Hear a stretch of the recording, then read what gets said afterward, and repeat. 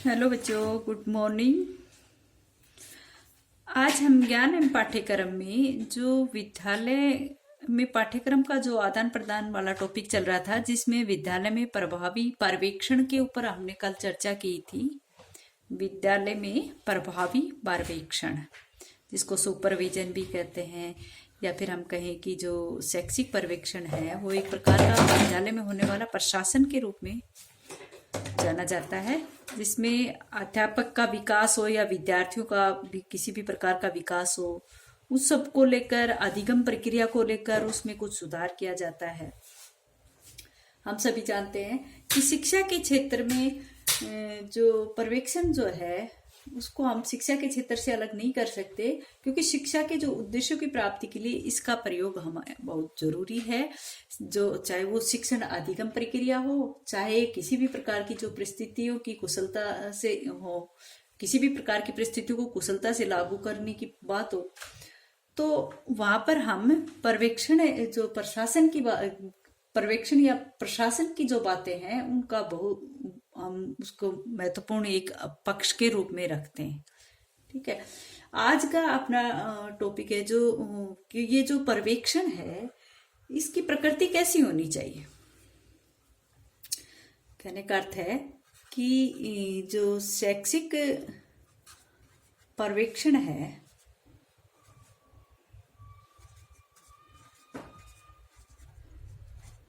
शैक्षिक पर्यवेक्षण की प्रकृति किस प्रकार की होनी चाहिए, किस तरह की उसकी लचीली प्रकृति होनी चाहिए, या किस तरह से वो गत्यात्मक होनी चाहिए, या फिर कहें कि भाई एक कुशल नेतृत्व की भूमिका पर्यवेक्षण के अंतर्गत विद्यालय में आ जाती है। वहाँ का प्रशासन जो है वो प्रत्येक चीज को अपने सैद्धांतिक रूप से करता है। तो ये सारी इसके शैक्षिक पर्यवेक्षण की प्रकृति में आता है। तो हमारा जो टॉपिक क्या है आज का, कि पर्यवेक्षण की प्रकृति कैसी होनी चाहिए, यानी कि शिक्षा के अंतर्गत या शैक्षिक परिस्थितियों के अंतर्गत पर्यवेक्षण किस प्रकार का होना चाहिए। तो प्रकृति की बात कहें तो सबसे पहले हम कहेंगे कि जो शैक्षिक पर्यवेक्षण है वो एक प्रकार से विकासोन्मुख है।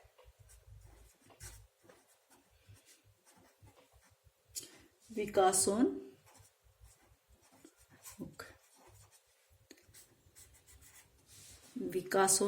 है।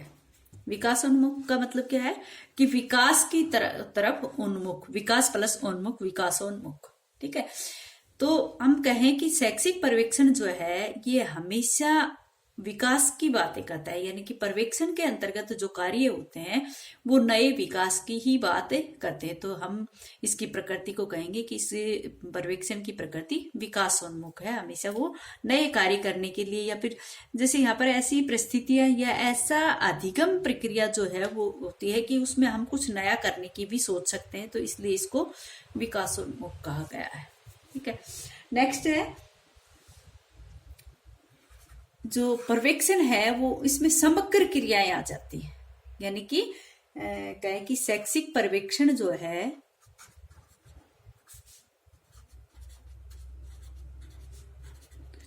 शैक्षिक पर्यवेक्षण समग्र क्रिया है।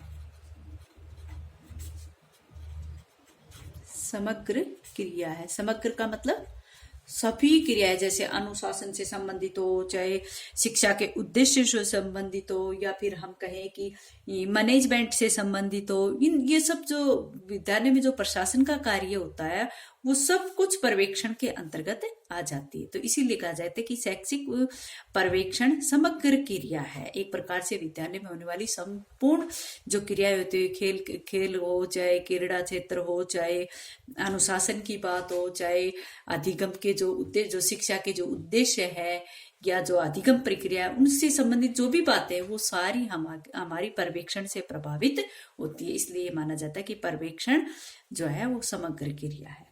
नेक्स्ट है कुशल नेतृत्व।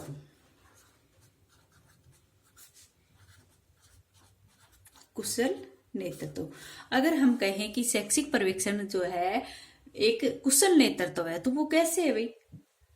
भी कुशल नेतृत्व के जो इसमें एक प्रकार से जो भी जिस भी संस्था में पर्यवेक्षण का कार्य होगा वो एक प्रकार से वो अपने आप में एक अलग छवि रखेगा। उसमें जो भी जैसा भी कार्य होता है उसमें प्रत्येक कार्य करने वाला जो वो अध्यापक हो, चाहे प्रिंसिपल हो, चाहे उसके विद्यार्थी हो, सभी जो है एक अच्छे ढंग से कार्य करने वाले होते हैं, जिसके कारण ये कहा जाए कि उनकी सबकी भूमिका जो है वो अच्छी थी, कुशल थी। ठीक है, तो प्रत्येक प्रकार से वहां पर कुशल नेतृत्व की भूमिका यहाँ पर मिलती है।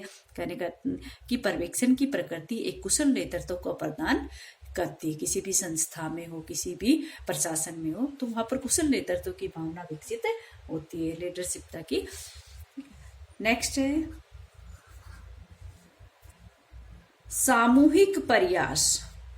मैं यहाँ पर मेन बात आपको लिख के बता रही हूँ, सामूहिक प्रयास। अगर हम इसको वाक्य में सही ढंग से लिखे तो हम लिखेंगे कि शैक्षिक पर्यवेक्षण की प्रकृति सामूहिक प्रयास को बढ़ावा देती है, या फिर कहें कि पर्यवेक्षण की प्रकृति सामूहिक प्रयास के रूप में होती है। ठीक है, तो सामूहिक प्रयास कैसे है भाई? इसमें मैंने अभी कहा कि जिससे चाहे वो प्रिंसिपल हो, चाहे अध्यापक हो, चाहे विद्यार्थी हो, सभी के प्रयासों से ही पर्यवेक्षण की जो सिद्धांत है वो फलीभूत होते हैं, या फिर वो सही रूप से सुचारू रूप से कार्य कर सकते हैं। इसलिए यहाँ पर पर्यवेक्षण का मतलब ये नहीं कि सिर्फ शिक्षण का जो उद्देश्य है वो पूर्ण हो रहा है। यहाँ पर जो भी कार्य हो रहा है, जो भी प्रक्रिया हो रही है, जो भी यहाँ पर अधिगम से संबंधित हो, चाहे कोई और अन्य परिस्थितियों से संबंधित कोई भी कुशलता हो, वो सभी कार्य सामूहिक रूप में यहाँ पर किए जाते हैं। चाहे अध्यापक हो, चाहे विद्यार्थी हो, चाहे यहाँ पर मैनेजमेंट हो, सब कार्य सामूहिक प्रयासों से ही सफल हो सकते हैं। यानी कि कहने कहते पर्यवेक्षण सामूहिक प्रयास से ही सफल होता है। ठीक है, नेक्स्ट है तकनीकी सेवा। तकनीकी सेवा जो शैक्षिक पर्यवेक्षण है, माना जाता है कि ये एक प्रकार की एक टेक्नोलॉजी सेवा है। टेक्नोलॉजी सेवा किस तरह है कि इसमें प्रत्येक कार्य को करने का एक, या कहें कि जो एक तरीका होता है, एक मैनेजमेंट जो होता है, जो ढंग होता है, यानी कि कहने का अर्थ है कि जो ढंग है वो बहुत ही स्ट्रिक्ट तरीके से किया जाता है। इसलिए इसको तकनीकी सेवा भी कह सकते हैं कि भाई शैक्षिक पर्यवेक्षण की प्रकृति जो है वो तकनीकी सेवा के रूप में सामने आई है। वैसे तो हम ये एक बात और भी कह सकते हैं, एक बात हम ये भी कह सकते हैं कि ये शैक्षिक पर्यवेक्षण जो है, शैक्षिक पर्यवेक्षण जो है वो वैज्ञानिक है। वैज्ञानिक है भाई, ये बात और ये बात दोनों ही सही है अपने मायने में। ये तकनीकी, इसमें नई टेक्नोलॉजी की तरह से कार्य किया जाता है, और ये अगर नई टेक्नोलॉजी है, अगर हम इसको तर्क सम्मत इसको प्रमाणित भी कर सकते हैं, तो कहने का अर्थ है कि ये तथ्य इसकी जो भी बातें हैं वो बिल्कुल सही है, बिल्कुल नए रूप में है, तो हम उसको ये भी कह सकते हैं कि ये वैज्ञानिक है। शैक्षिक पर्यवेक्षण की जो प्रकृति है वो बिल्कुल नई है, बिल्कुल वैज्ञानिक है, बिल्कुल टेक्नोलॉजी तरीके से इसमें प्रत्येक समस्या का समाधान भी किया जाता है। तो कहने का अर्थ है कि ये जो है तकनीकी सेवा भी है, और हम इसको वैज्ञानिक भी कह सकते हैं। नेक्स्ट जो है वो है रचनात्मक। रचनात्मक का मतलब क्या होता है यहाँ पर कि जो भी क्रियाएं इसमें की जाती है, जो भी योजना इसमें बनाई जाती है, वो एक प्रकार से मान्य होती है। ऐसा नहीं है कि उनका अपना कोई अस्तित्व भी नहीं है।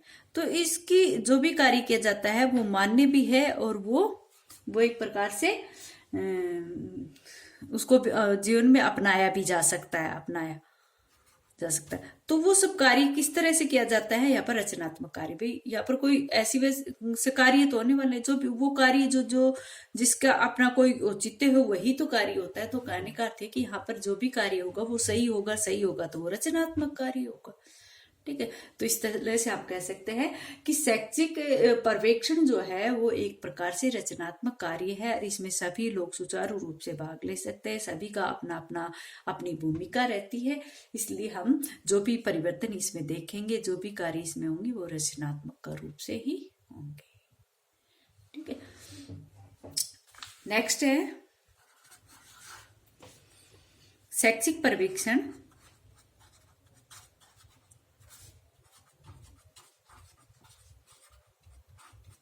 गत्यात्मक। गत्यात्मक गत्यात्मक का मतलब गतिशील होना। ठीक है। तो गत्यात्मक का मतलब यहां पर हम लगा सकते हैं कि परिवर्तनशील।